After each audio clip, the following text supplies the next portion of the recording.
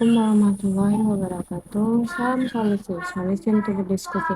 Perkenalkan, nama saya Aulia Zara dengan NIM 0601232021. Saya dari jurusan Ilmu Perpustakaan 1. Jadi saya di sini akan menjawab pertanyaan yang sudah diberikan. Baik, pertanyaan yang ke-9.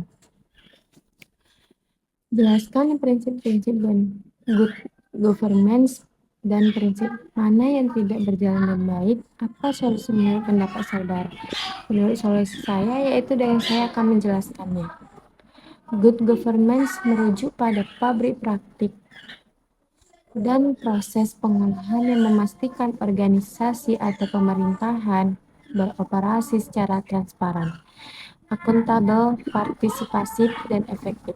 Ini mencakup prinsip-prinsip seperti keadilan, kepastian hukum, responsivitas, dan integritas dalam kepemimpinan.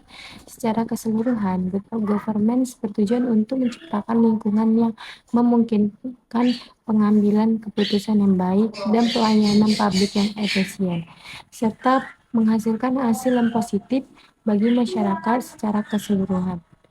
Prinsip-prinsip good governance dari good government termasuk transparansi yang mengacu pada keterbukaan informasi dan kebijakan. Yang kedua, akuntabilitas yang menegaskan tanggung jawab dan bertanggung jawab dalam pengambilan keputusan.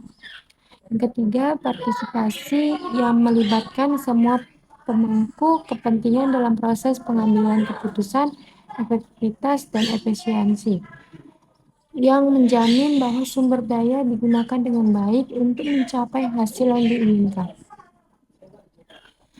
Prinsip-prinsip governance adalah lanjutannya. Selain itu juga mencakup keadilan dan kepastian hukum, yaitu untuk memastikan perlakuan yang adil dan kepastian dalam proses hukum.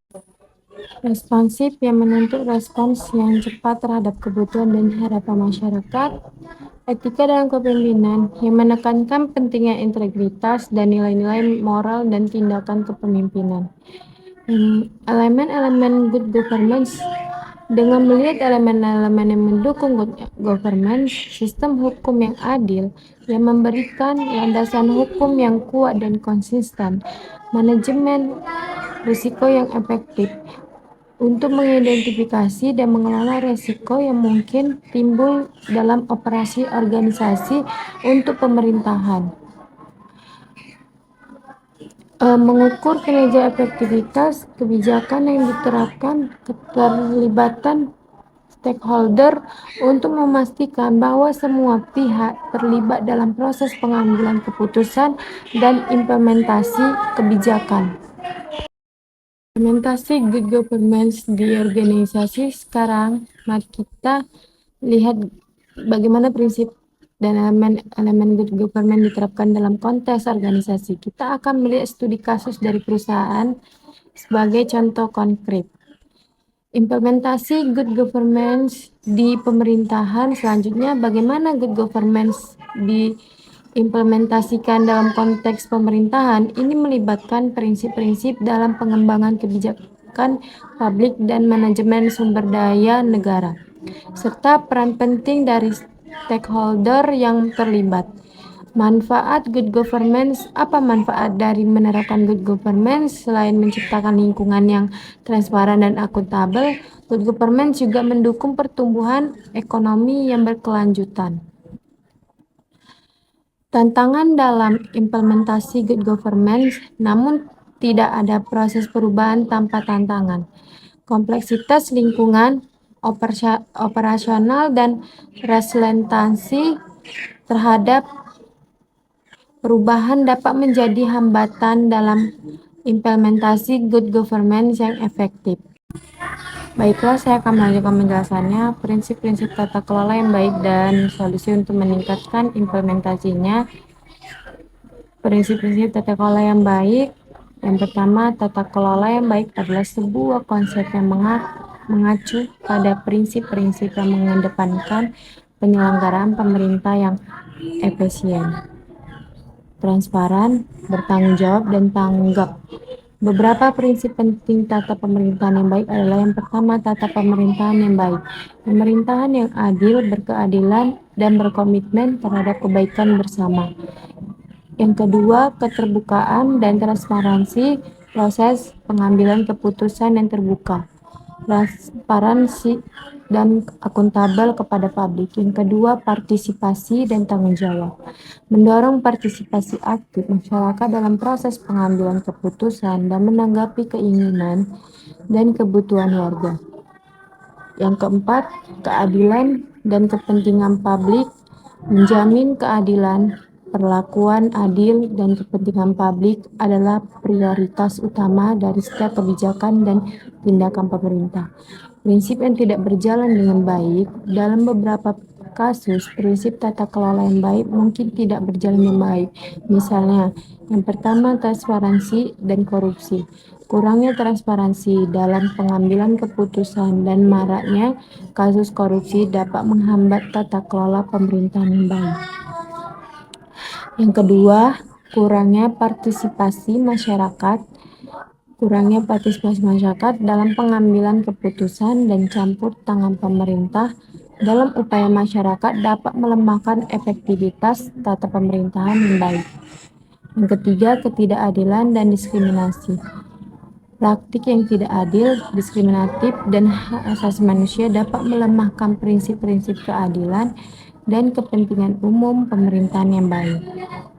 Solusi untuk meningkatkan tata kelola pemerintahan yang baik secara keseluruhan, baik governance tidak hanya terbatas pada cara suatu organisasi atau pemerintah melaksanakan kegiatan sehari-hari mereka, tetapi juga melibatkan bagaimana mereka memastikan bahwa setiap keputusan dan tindakan yang diambil memberikan dampak yang positif dan berkelanjutan bagi masyarakat luas. Good governance mencakup penerapan prinsip-prinsip seperti transparansi, akuntabilitas, partisipasi, efektivitas, efisiensi, keadilan, kepastian hukum, responsibilitas, dan etika dalam kepemimpinan. Dengan menerapkan prinsip-prinsip ini, organisasi dan pemerintah dapat menciptakan lingkungan yang kondusif untuk pengambilan keputusan yang baik, pelayanan publik yang efisien, dan manajemen sumber daya yang bertanggung jawab.